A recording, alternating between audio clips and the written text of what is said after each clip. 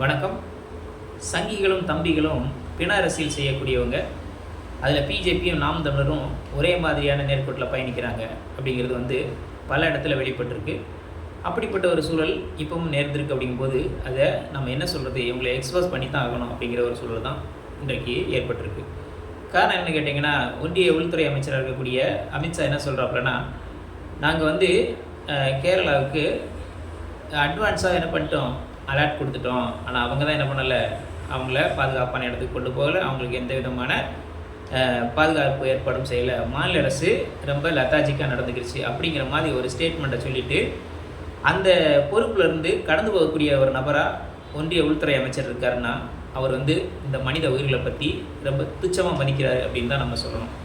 அப்போ இப்படிப்பட்டவங்க தான் நமக்கு என்னவாக இருக்கிறாங்க, மத்திய ஒன்றிய நிதி அமைச்சராகவோ அதே மாதிரி மத்திய உள்துறை அமைச்சராக இருக்காங்கன்னு சொன்னால் அது இந்த நாட்டோட சாபக்கேடு அப்படிங்கிறதுல நமக்கு எந்த மாற்று கருத்தும் கிடையாது. அதே நேரத்தில் இங்கே தமிழ்நாட்டில் பார்த்திங்கன்னா, அது நம்ம அண்ணன் சீமான் இருக்கார்ல, அவர் என்ன சொல்லுவார்னா, நாங்கள் இங்கே உள்ள ஒட்டுமொத்த உயிர்களுக்கான உரிமையை பேசுகிறோம், அவங்களுக்கான அரசியலை பேசுகிறோம், நாங்கள் மனித நேயம் மாந்த நேயம் பேசுகிறோம் அப்படின்னு சொல்லக்கூடிய அந்த சீமானும் என்ன பண்ணுறாப்புலன்னா பிண அரசியல் தான் செஞ்சுக்கிட்டு இருக்காப்புல.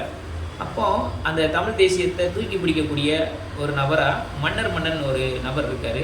அவர் என்ன பண்ணியிருக்காருன்னா, ட்விட்டரில் என்ன பண்ணியிருக்காரு, தமிழகத்தின் நீருக்கும் நிலத்துக்கும் ஆசைப்பட்டவங்களுக்கு இயற்கை அதிகமாகவே கொடுத்துருச்சு அப்படின்னு சொல்லி ஒரு வக்கிரமான ஒரு ட்வீட்டை போட்டிருக்காப்புல. ஏன்னா கேரளாவில் இவ்வளோ பெரிய பாதிப்பு ஏற்பட்டு அந்த மக்கள் இன்றைக்கி அல்லோலப்பட்டு கிடக்கிறாங்க. இன்னும் பல ஆயிரம் உயிர்கள் என்ன பண்ணியிருக்கு, காணாமல் போயிருக்கு. அவங்களாம் உயிரோடு இருப்பாங்களா இல்லையான்னு சொல்லி தேடக்கூடிய ஒரு மிகப்பெரிய ஒரு துன்பகரமான அந்த செயல் நடந்துக்கிட்டு இருக்கும்போது அதுக்குள்ளே போய் ஒரு கேவலமான அரசியல் பண்ணுறது அப்படின்னா அது சங்கிகளும் தம்பிகளால் தான் முடியும் அப்படிங்கிறது நம்ம எல்லாருக்கும் நல்லா தெரியும். அதைத்தான் இவனுங்க இந்த நேரத்தில் செஞ்சுருக்காங்க. ஏன்னு கேட்டால், இப்போது கர்நாடகாவிலேருந்து அதிகப்படியாக மழை பெய்யுது, அவங்க அந்த தண்ணியெல்லாம் இங்கே திறந்து விட்டுட்டு இருக்காங்க. அதுவும் ஒரு அரசியல். அதே நேரத்தில் அதை பற்றி கூட பேசலாம்.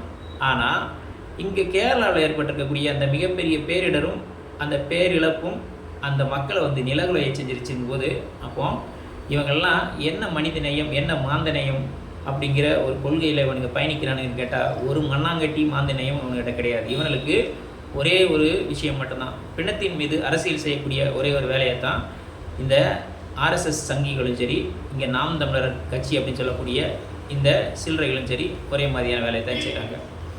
என்னென்னு கேட்டால், இங்கே இருக்கக்கூடிய ஒட்டுமொத்தமான எல்லா மனிதர்களும் இவங்களை என்ன பண்ணுறாங்க, நாம் தமிழர்லாம் நல்ல கட்சி, அவங்க மாற்றத்துக்குரிய கட்சி அப்படின்னு நினச்சிட்ருக்காங்க.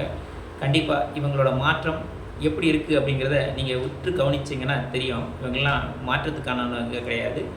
இவங்க இந்த மனிதத்தை மழுங்கடிக்கக்கூடியவர்கள் அப்படிங்கிறதுல நமக்கு மிகப்பெரிய சந்தேகம் தொடர்ந்து இருந்துக்கிட்டே இருக்குது. அதை உறுதிப்படுத்தக்கூடிய அளவில் தான் எங்களோட செயல்பாடு இருக்குது அப்படின்னு சொன்னால், இவங்கெல்லாம் மிகப்பெரிய இந்த மனிதர்களுக்கு எதிரான சக்தி அப்படிங்கிறத நீங்களும் புரிஞ்சுக்கணும். ஏன்னா இங்கே பார்த்திங்கன்னா, அந்த வயநாட்டில் மிகப்பெரிய பேரிழப்பு ஏற்பட்டு அங்கே உள்ள மக்கள்லாம் என்ன பண்ணுறாங்க, இன்றைக்கி அல்லோலப்பட்டு இருக்கும்போது இந்த சூழ்நிலையில் போய் இப்படி ஒரு கேவலமான ஒரு ட்வீட்டை யாரும் போடவே முடியாது.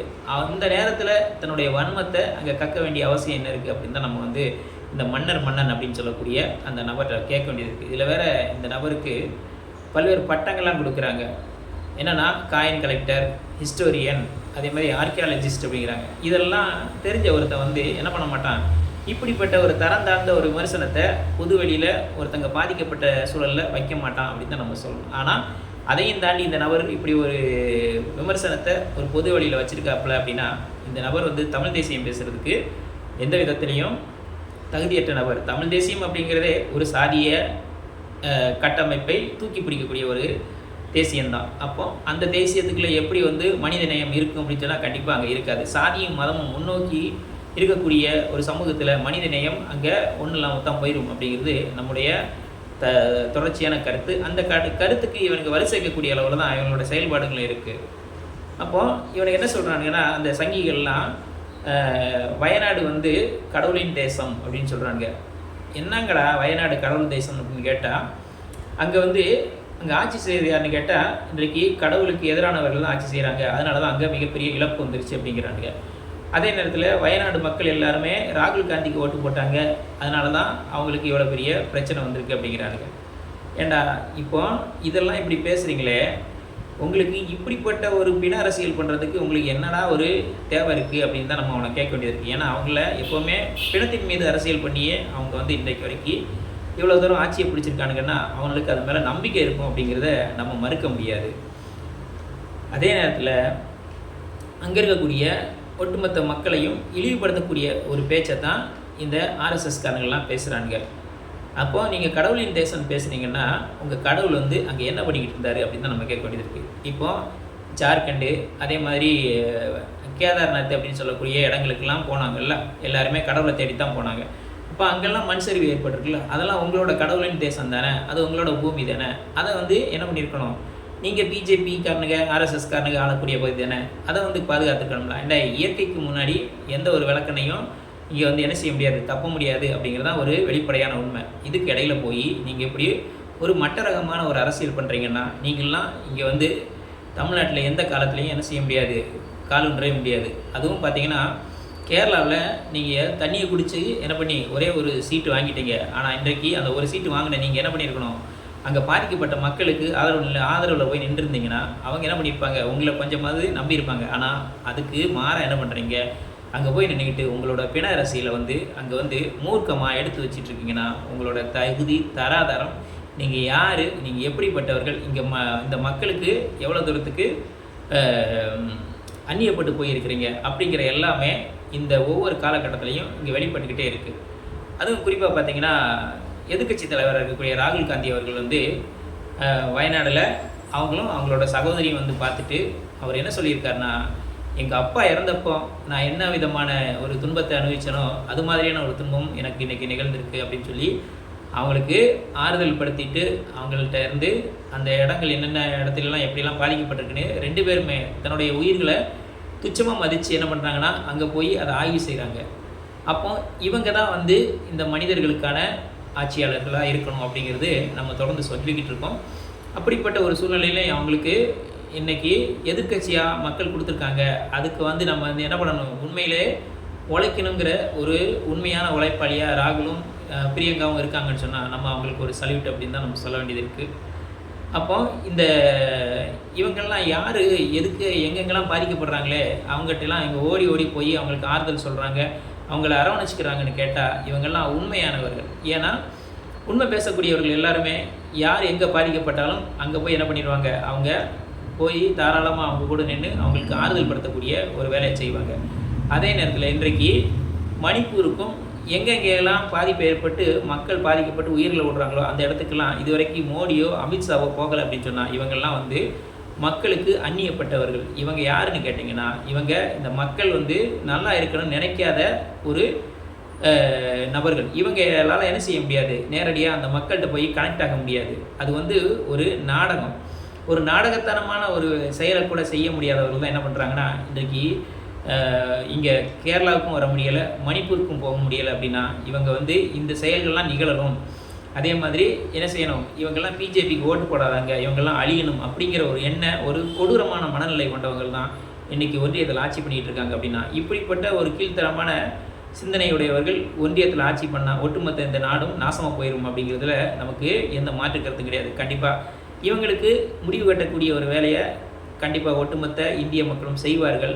அதுக்கு இங்கே இருக்கக்கூடிய ஜனநாயக சக்திகள், இயக்கங்கள் எல்லாரும் ஒன்றிணைந்து இவங்களுக்கு என்ன செய்யணும், முடிவு கட்டக்கூடிய ஒரு வேலையை நாம் எல்லாரும் தொடர்ந்து செய்யணும். அப்படி செஞ்சால் தான் இவங்க என்ன பண்ணுவாங்க, சரியான பாடம் வந்து அவங்களுக்கு புகட்டப்படும். இல்லைன்னு வச்சுக்கோங்களேன், இங்கே என்ன நடக்குதுன்னு பார்த்தீங்கன்னா இங்கே இருக்கக்கூடிய ஒட்டுமொத்த மக்களோட பணங்கள் எல்லாமே வீணாக செலவழிக்கப்படுது. எதுக்குன்னு கேட்டிங்கன்னா அங்கே வந்து ஜென்ரல் லிஸ்ட்டாக அப்படின்னு சொல்லக்கூடிய ஒரு நாடாளுமன்றத்தை புதுசாக கட்டி அது வந்து பக்கெட் வச்சு தண்ணி பிடிக்கக்கூடிய அளவுக்கு அங்கே ஒழுகுது.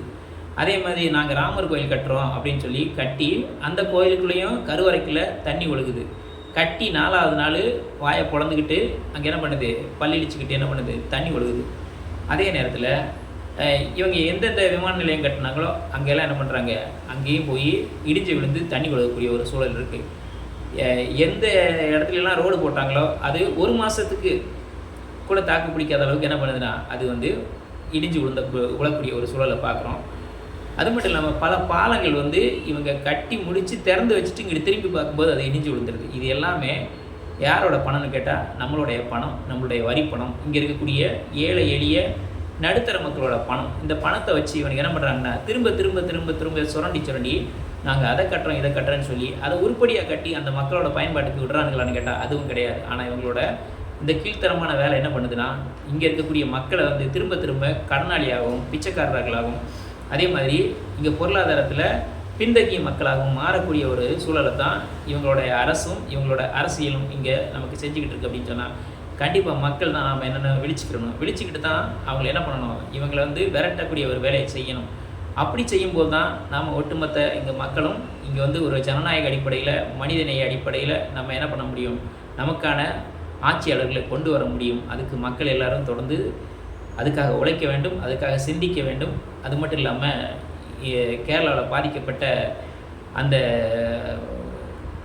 உயிர்களுக்கு நம்ம என்ன செய்யணும், கண்டிப்பாக உதவணும் அப்படிங்கிற ஒரு விஷயத்தையும் உங்கள்கிட்ட சொல்ல வேண்டியது நம்மளோட கடமையாக இருக்குது. அது மட்டும் இல்லாமல் பார்த்திங்கன்னா கேரளாவில் ஒரு பள்ளிக்கூடத்தில் பார்த்திங்கன்னா மேம்பாடி அப்படின்னு சொல்லக்கூடிய அந்த பள்ளிக்கூடத்தில் பார்த்திங்கன்னா 70 மாணவர்கள் இது வரைக்கும் அங்கே காணலை அப்படிங்கிறாங்க. அப்போ அந்த 70 மாணவர்களும் என்ன நிலைக்கு ஆனாங்க அப்படின்னு அந்த ஸ்கூலில் உள்ள அந்த நிர்வாகமே சொல்லுது. அப்படின்னா 70 குழந்தைகளை இழந்திருக்காங்க அப்படின்னு தான் நம்ம அந்த இடத்துல எடுத்துக்கிற வேண்டியது இருக்குது. அதே நேரத்தில் பார்த்திங்கன்னா அங்கே ஒரு தாய் வந்து தன்னுடைய குழந்தைய அணைச்சி அப்படியே இருக்கிற மாதிரியே ஒரு சடலத்தை மீட்டெடுத்திருக்காங்க.